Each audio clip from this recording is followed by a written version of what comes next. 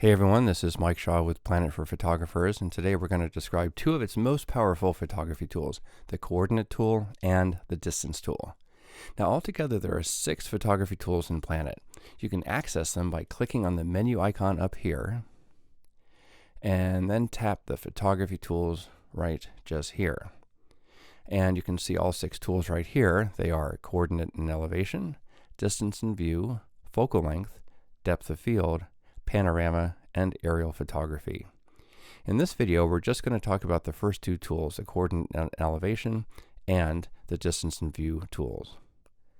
Now, another way to quickly access the same tools is to click on the mode button down here on the bottom right. You'll then see 6 buttons horizontally.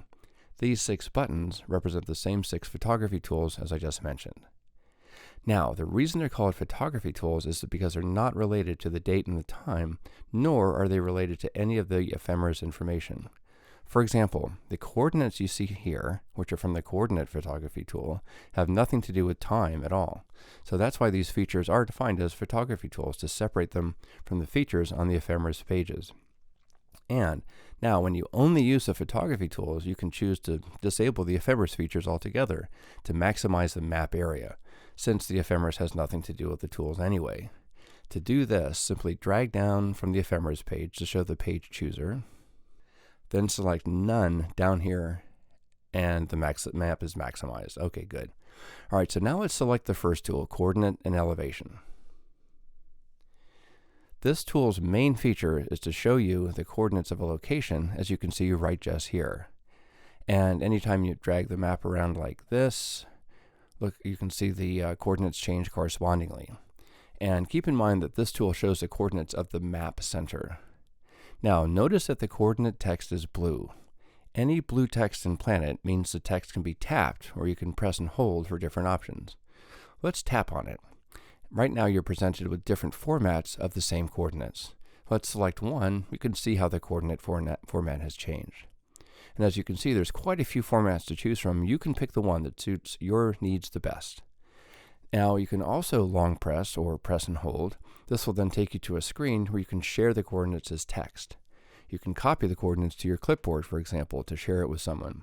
You copy it first, and then you paste it to your messenger apps you want to use, or any of these other sharing options right just here. All right, and the last value is the elevation. You might need to tap it to display the value. Now, please note that by default, Planit uses their own elevation service. You can change this option in the settings, as you can see right here.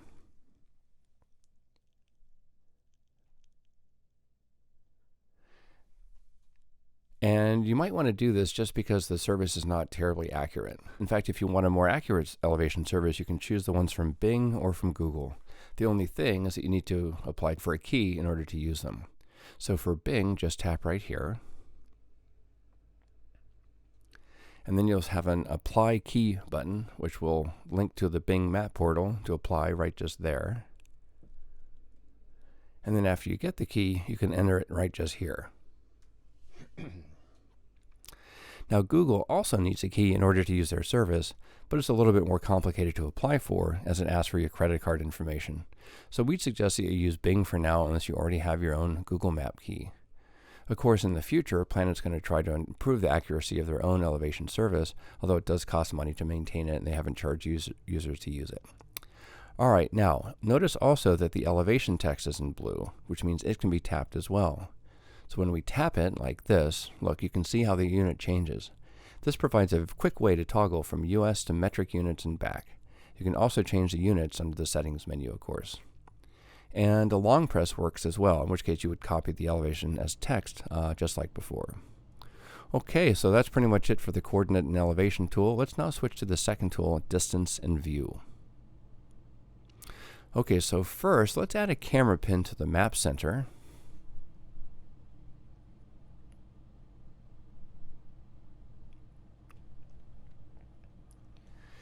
Now, if you drag the map, you'll notice the camera pin stays wherever you place it, and a line connects the map center to the camera pin. The map center is one end of this line, the camera is the other end. Now, if you look up here on the top, you'll see these 3 values. The first one is the azimuth. Azimuth is the compass direction measured in degrees. 0 degrees is north, 90 degrees is east, 180 degrees is south, and 270 degrees is west. So from the perspective of the camera, the second point, which is the map center, is at this azimuth right here, or roughly 250 degrees.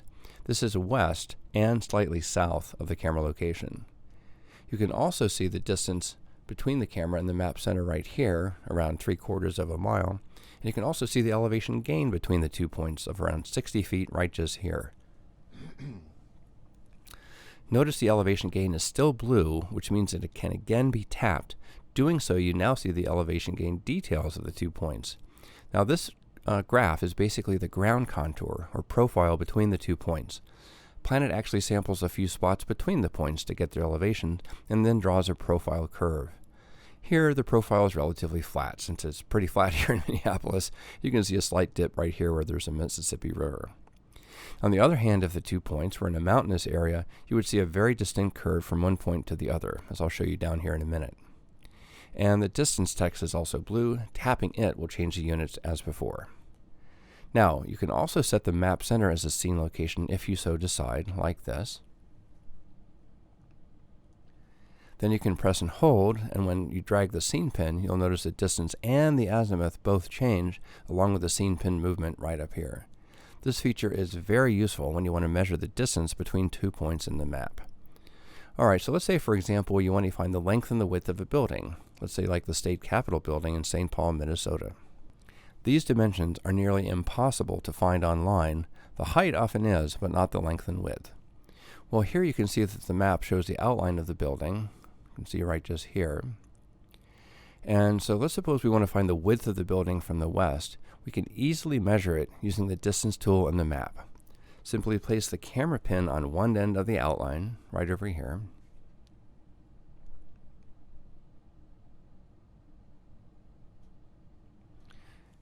And we'll put the map center or the scene pin on the other end like this. And now when we switch to the distance tool, you'll see the width of the building right here, right around 460 feet. Amazing! Okay, so let's suppose we want to see the width from another direction. All we do is we adjust the pins like this.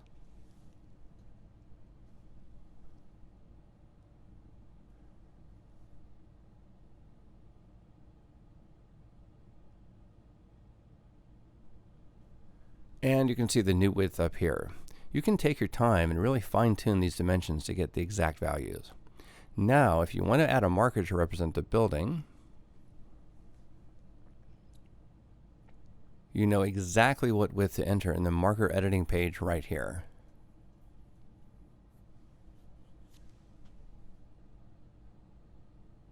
And then going back to the map, you can see the outline of the building. This is such a handy way to use the distance tool. Now, I mentioned a moment ago that in the city the terrain's often pretty flat, so the elevation gain isn't that useful. But let's now travel to Yosemite National Park so you can really see the difference in the mountains.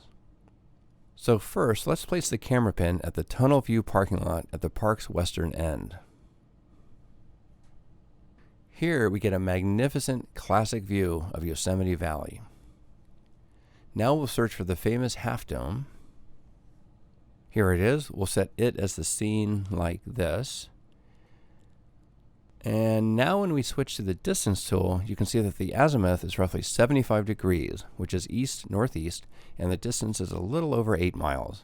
You can see here that the elevation gain is roughly 4,340 feet between the tunnel view parking lot and the top of Half Dome. And you can also notice that the line connecting our camera and the scene location pins is green. Now, a green line means that there's a clear view from the tunnel view parking lot to Half Dome, which basically means that you can see Half Dome from the tunnel view parking lot, which we certainly know to be true. Tap the distance to see the details, and this is the tunnel view, and this is Half Dome. And as you can see, there's an area that's pretty high right in the middle, and in fact it covers up the bottom part of Half Dome. So we can drag down the rows to select a row and see the red dot on the curve, like this. There it is. And you can just tap to see where it is.